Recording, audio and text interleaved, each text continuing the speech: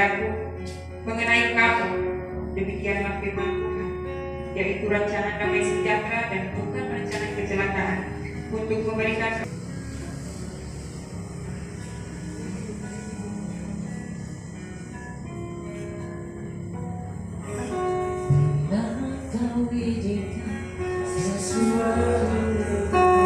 menjadi warisanku untuk berdiri tegak, megah dan berani untuk meraih kesuksesan. Hasil pilihanku untuk kuliah waktu sekarang dan waktu nanti. Karya apa yang sudah kubuat atau yang nanti akan kubuat. Terima kasih atas anugerah-Mu.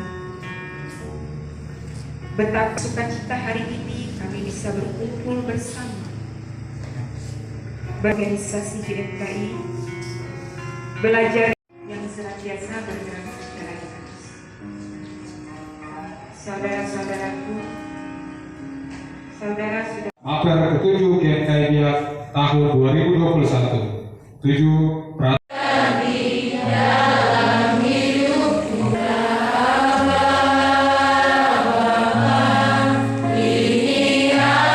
alat pelengkap organisasi.